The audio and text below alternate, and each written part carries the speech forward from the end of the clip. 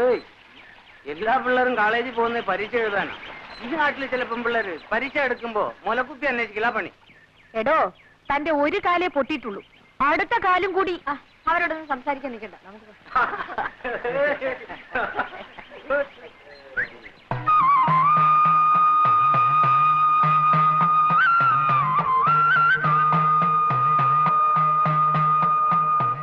ശോഭേ, നാട്ടിൽ വന്നിട്ട് നീ എന്നെ തിരക്കിയതും കൂടി ഇല്ലല്ലോ. പരീക്ഷയ്ക്ക് എങ്ങനെ എഴുതിയിടാ? തിരക്കേടില്ല. ശോഭേ, വരൂ കുട്ടി, നിൽക്കാൻ നേരമില്ല. എന്നാ ഞാൻ വരട്ടെ. ആ കുട്ടിയായിട്ട് വലിയ ചങ്ങാത്തൊന്നും വേണ്ട, അതിനോട് മിണ്ടിയാ മതി, നിനക്കൂടെ ചീത്തപ്പേരാ. വരൂ, നമുക്ക് പോകാം. ഈ ലക്ഷ്മിയടത്തേക്ക് വേറെ പണിയൊന്നുമില്ലേ? ദിവസം ഇത് എന്നെ ജോലി. കാശിക്ക് പോകുമ്പോ സാധുക്കൊക്കെ കൊടുക്കാലോ, ഒരു 101 രൂപയെങ്കിലും ആയിട്ടാവട്ടെ. അതെ അതെ, എന്നും ഇങ്ങനെ കാശി രാമേശ്വരം എന്ന് പറഞ്ഞിരുന്നോളൂ. കല്യാണമൊക്കെ കഴിഞ്ഞ് സുഖമായിട്ട് ജീവിക്കുന്നതിന് പകരം. അതിനൊക്കെ ഒരു തലയിലെടുത്ത് വേണ്ടേ കുട്ടി? പിന്നെ ഇവിടെ ഇങ്ങനെ യാതൊരു അല്ലലുമില്ലാതെ കഴിയുന്നുണ്ടല്ലോ, അത് തന്നെ ഒരു വലിയ ഭാഗ്യം.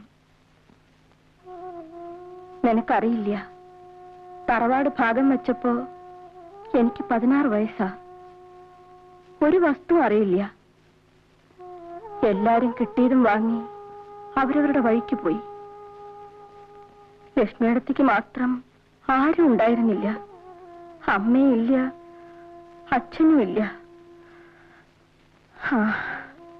ഇനിയിപ്പോ അതൊക്കെ എന്തിനാ പറയണേ?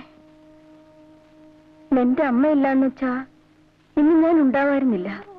ലക്ഷ്മിയടത്തി കിടന്നുറങ്ങേ, എനിക്ക് ഉറക്കം വരുന്നു.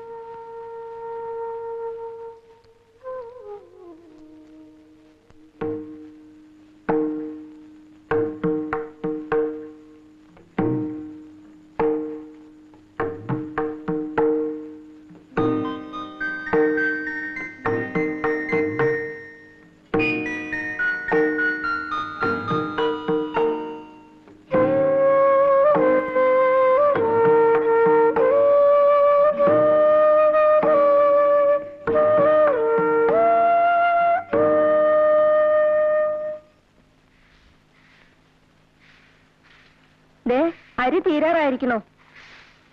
ഏട്ടന്റെ അടുത്തേക്ക് ഒന്നുകൂടെ ആളയക്കാം. ഏട്ടൻ എന്തോ വാശിയില്ല, 2-3 വട്ടം ആളയച്ചതല്ലേ.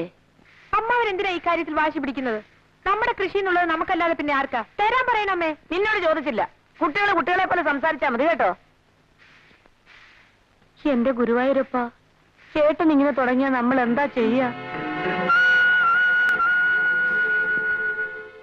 പുള്ളിക്കാരൻ ലീവ് കിട്ടാതെ നിന്ന് കുഴയായിരുന്നു.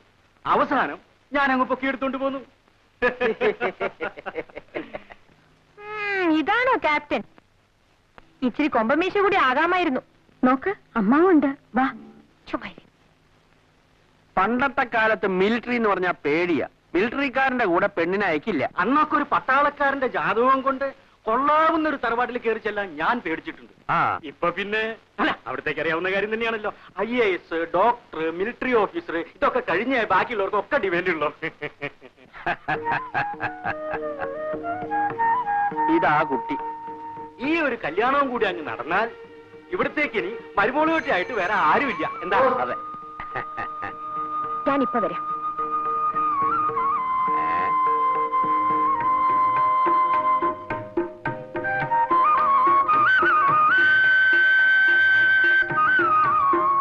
കല്യാണിക്കുട്ടിക്ക് ധാരാളം കത്ത് വരാറുണ്ടെന്ന് തോന്നുന്നു. മുമ്പൊക്കെ വെക്കേഷനിൽ വീട്ടിൽ വന്നാൽ കത്തിന്റെ ബഹളമായിരുന്നു. ഇപ്പൊ ഫ്രണ്ട്സിനെല്ലാം എനിക്ക് എഴുതാൻ പേടിയാ. പിന്നെ ചിലരൊക്കെ എഴുതും. കുട്ടിക്ക് അത്തയക്കാൻ ഫ്രണ്ട്സ് എന്തിനാ പേടിക്കുന്നത്? അതങ്ങനാ. അതെന്താ അങ്ങനെ? ഒന്നും പറയണ്ട, ഞാനൊരാളുമായി അല്പം ഇഷ്ടത്തിലായി. അപ്പോഴേക്കും ലോകം മുഴുവൻ എതിരായി. ഞാനെല്ലാം കേട്ടു. ഓ, അതിലൊന്നും കാര്യമില്ല. ഒരു പെൺകുട്ടിക്ക് ഒരാണിനോട് ദേഷ്യമാണെന്ന് പറഞ്ഞു നോക്കൂ, എല്ലാവർക്കും സന്തോഷം. അതെ. അതേസമയം ഒരു പെണ്ണ് ആണിനോട് ഇഷ്ടമാണെന്ന് പറഞ്ഞാൽ എല്ലാവർക്കും സംസാരിക്കാൻ വിഷയമായി. അവിടെ ഭയങ്കര ക്രൈം ചെയ്തു പോലെ. എന്താ, ശരിയല്ലേ? ഏതായാലും ഞാൻ തെറ്റുകാരിയായിപ്പോയി. ഇനി അത് മാറ്റിയെടുക്കണമെങ്കിൽ പ്രഭു തന്നെ കല്യാണം കഴിച്ചാലേ ഒക്കൂ. ആരാണി പ്രഭു? അറിയില്ലേ, എന്റെ കാമുകൻ. നിങ്ങൾ തമ്മിൽ ഇപ്പോഴും കത്തെഴുതാറുണ്ട്? അങ്ങോട്ടുണ്ട്, മറുപടി കിട്ടിയിട്ടില്ല. വന്നേ, അയാൾ വേറെ പെമ്പിള്ളേരെ വേറെ പോയി കാണും എന്ന് തന്നെയാ എനിക്കും തോന്നുന്നത്. ആളൊരു... എനിക്കൊന്നും കേൾക്കണ്ട. എനിക്കറിയേണ്ടത് കല്യാണിക്കുട്ടിക്ക് എന്നെ ഇഷ്ടമായോ എന്ന് മാത്രമാണ്. ഇഷ്ടക്കേടൊന്നുമില്ല, പക്ഷേ നിങ്ങൾ ഏത് തരക്കാരനാണെന്ന് അറിഞ്ഞില്ലല്ലോ ഇതുവരെ. മനസ്സിലായില്ല. മദ്യപിക്കുമോ, സിഗരറ്റ് വലിക്കുമോ, മറ്റു ചില പെൺകുട്ടികളായിട്ട് എന്തെങ്കിലും ഇടപാടുണ്ടോ, അങ്ങനെ എന്തെല്ലാം അറിയാനുണ്ട്. ഇതൊന്നുമില്ല. ഒരുപക്ഷെ മദ്യപിക്കാത്ത ഒരേ ഒരു മിലിറ്ററി ഓഫീസർ ആയിരിക്കും ഞാൻ. അതുപോലെ സ്മോക്കിംഗ്.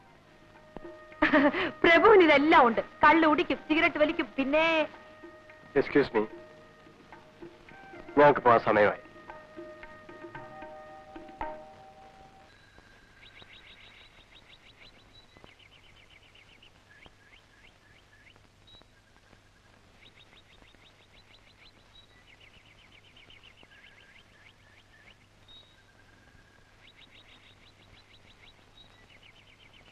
ഇനി ആരും ഈ കാര്യവും പറഞ്ഞ് എന്നെ ബുദ്ധിമുട്ടിക്കാൻ നിൽക്കണ്ട. ഈശ്വര, മുഖത്ത് കയറി വന്ന ശ്രീദേവിയായിരുന്നു. ശ്രീദേവി അത്ര ഈ മൂശയായിട്ട് ഇരിക്കുന്നിടത്ത് എങ്ങനെയാണ് ഈ ശ്രീദേവി കയറി വരിക? അവരെന്താ പറഞ്ഞത്? എന്ത് പറയാൻ, ഇത് നടക്കില്ല അത്ര തന്നെ. കാര്യം എന്താണെന്ന് എനിക്ക് അറിയാൻ പാടില്ല, അറിയാനോട്ട് താല്പര്യവുമില്ല. നിനക്കറിഞ്ഞിട്ട് വളരെ നിർബന്ധമാണെങ്കിൽ ഈ മൂശയായിട്ടോട് ചോദിച്ചു നോക്ക്, അവരെന്തൊക്കെയാ പറഞ്ഞ് ധരിപ്പിച്ചു വെച്ചിരിക്കുന്നത്.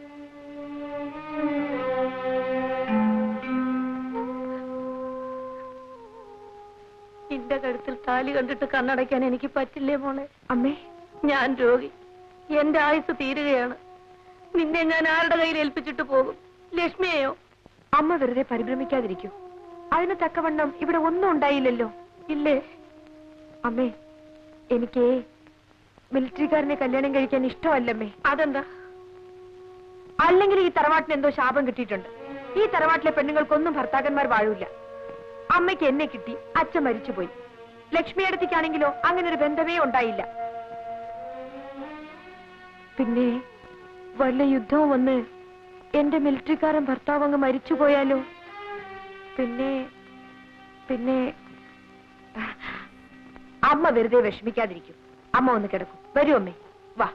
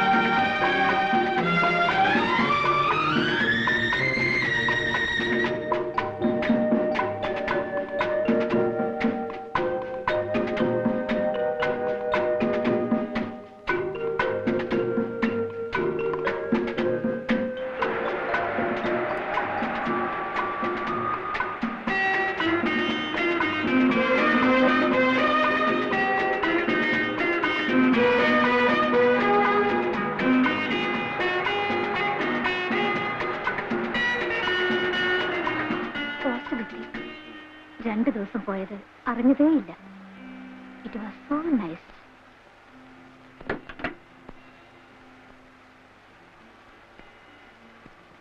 ഇത് എപ്പോഴാണ് കാണാം? എപ്പോ വിളിക്കും? വിളിക്കാം.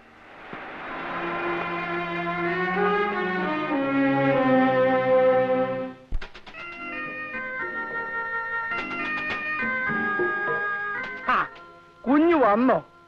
ഇന്നും ഇന്നലെയൊക്കെ ആയിട്ട് ആരൊക്കെയോ ഫോൺ ചെയ്യുന്നു. ആരൊക്കെ? അങ്ങനെ ചോദിച്ചാൽ എങ്ങനെയാ ഓർക്കാൻ പറ്റുക?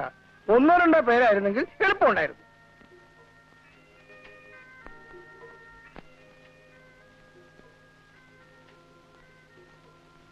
ഹോട്ടൽ ബില്ലായിരിക്കും. ഇപ്പൊ ഓർമ്മിച്ച നന്നായി. ഇന്ന് തന്നെ ചെയ്യുമ്പോൾ അയച്ചേക്കാം.